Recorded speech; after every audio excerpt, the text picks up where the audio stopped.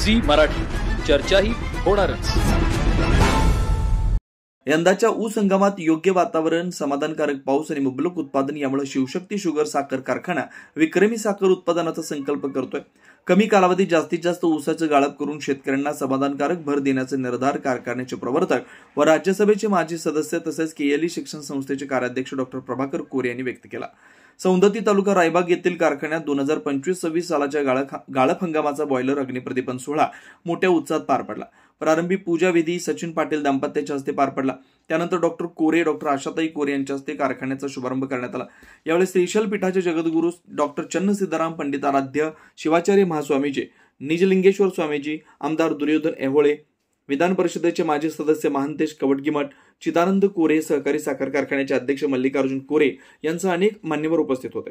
दरवर्षी उच्चांकी ऊसाचं गाळप करून विक्रमी उत्पादनाची परंपरा शिवशक्ती शुगरनं जपली आहे।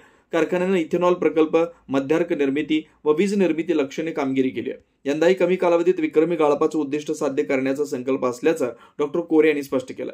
शेतकऱ्यांनी आपला ऊस कारखान्याकडे गाळपास पाठवून सहकार्य करावं असं आवाहन त्यांनी केलं।